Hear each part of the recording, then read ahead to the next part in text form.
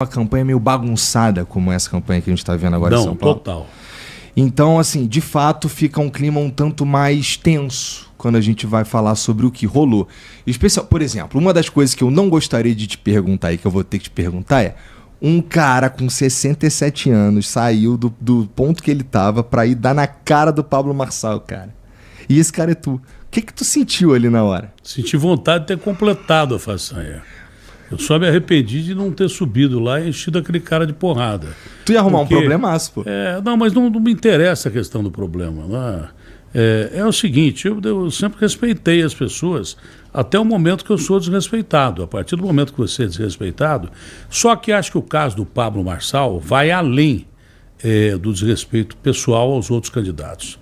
Primeiro, que ele faz de um enorme poder de decidir uma eleição, que é o debate extremamente democrático. Você vê nos Estados Unidos o nível dos debates. O nível que eu digo não precisa ser o nível de ataques ou de perguntas e respostas e tal, mas de pelo menos um respeito a uma coisa chamada democracia. Uhum. Aí apareceu um cara, eu fiquei assustado no primeiro debate que eu participei, eu não esperava que o debate fosse desse jeito. Mas eu fiquei assustado quando de repente um cara começou a surtar. Eu achava que ele estava surtando, dizendo um monte de coisa, que aliás eu digo algumas delas na televisão, mas eu não achei que se aplicaria a um debate. Ali eu comecei a perceber que tinha alguma coisa diferente. Quando acabou o debate eu estava chateado porque tinha sido atrapalhado na primeira resposta que dei e fui atrapalhado. Quando você é atrapalhado numa primeira resposta, todas as outras de um bloco que só tem uma pergunta, você fica ferrado. Depois o outro bloco tem outra pergunta, depois tem outra pergunta, acabou o debate. Então você começou jogando mal, fez um gol contra, não é legal. Uhum. Aí aparece esse cara. Um dia depois do que ele tinha falado, as pessoas, para evitar que eu não tinha... As pessoas do meu entorno, para evitar de não me dizer que eu tinha ido mal, disseram sobre esse cara: mas você viu que cara maluco, você viu que cara...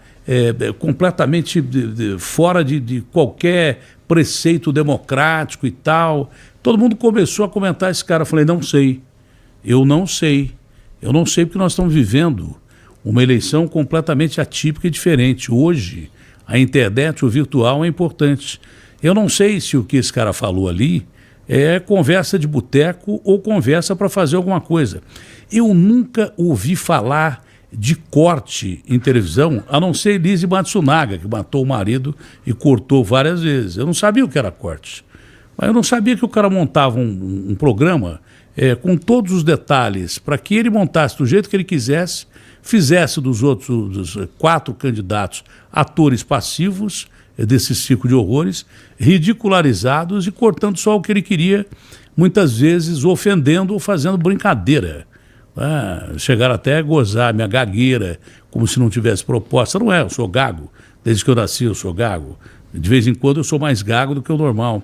Teve até um programa na BBC de Londres que o cara foi demitido, porque ele estava ouvindo, tem até na internet, é só procurar. Um entrevistador estava ouvindo pessoas que tinham dificuldade de falar. Uns falavam fino, outros gaguejavam, outros tinham problema. E ele começou a rir. Eu vi esse Ele foi demitido imediatamente, sei lá, no começo da internet. Então, eu sempre fui gago e sempre fui um grande apresentador. O maior apresentador de todos, o Pelé de todos, não vai ter igual. O Silvio Santos era gago, na verdade. E aí começaram a tirar sarro e tal. Aí eu percebi que o papo não era o debate da TV Bandeirantes. O papo era esse lance de corte. É o que sobrava do debate da TV Bandeirantes.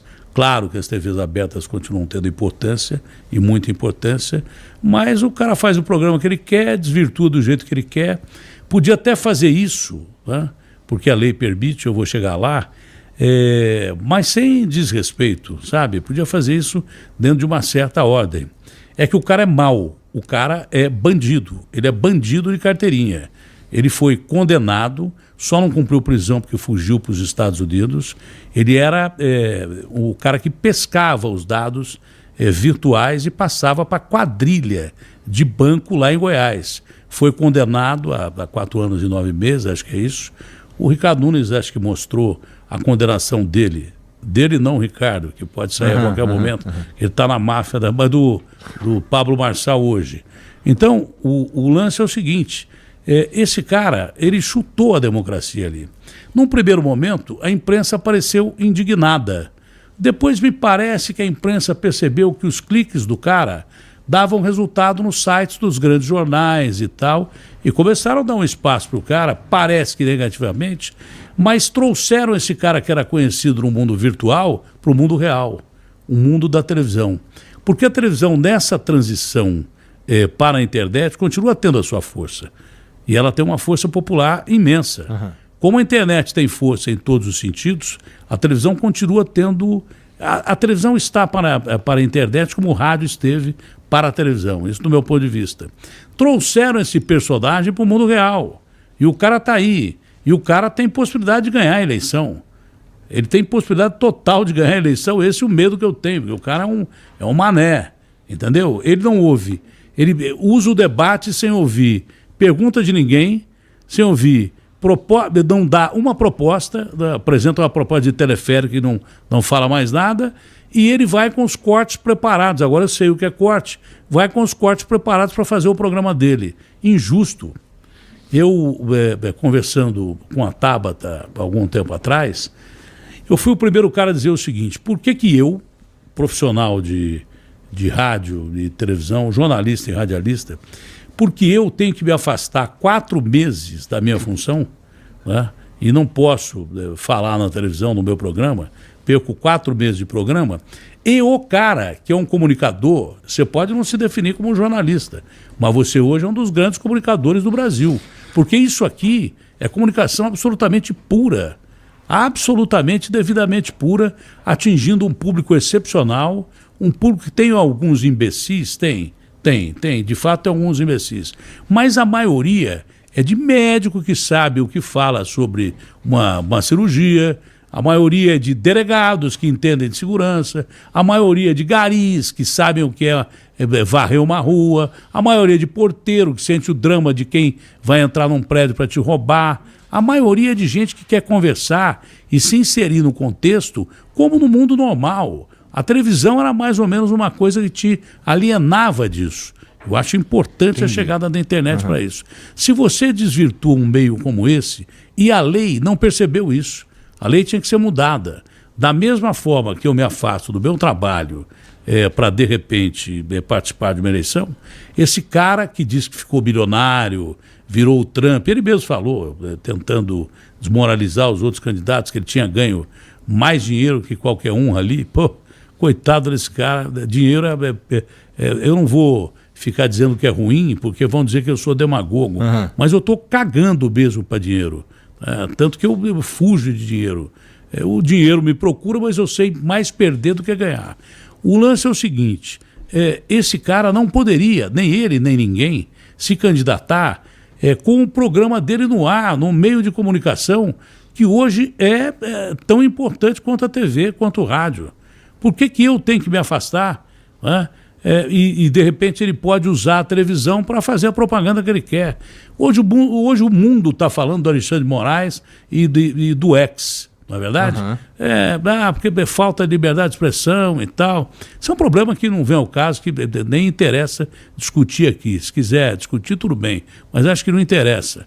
O lance é que um cara está fazendo de uma eleição para a cidade mais importante do país, uma das mais importantes do mundo, das 10 maiores cidades do planeta, está fazendo de uma eleição uma baderna virtual. Porque o que adianta o debate? Essa onda? Não, só ter lei. Ele não deveria. Ele não deveria, pela lei eleitoral, poder permanecer com o programa dele no ar do mesmo jeito que eu não posso permanecer com o meu programa no ar. Mas no caso do eu tenho que me afastar. Por exemplo, se eu me candidato, eu concordo contigo e eu acho que... Você pode fazer o seu programa que você estava fazendo agora há pouco, entrevistando quem você quiser. Tudo bem, mas eu... Só não podia falar de política. Como eu podia fazer programa de TV sem falar de política.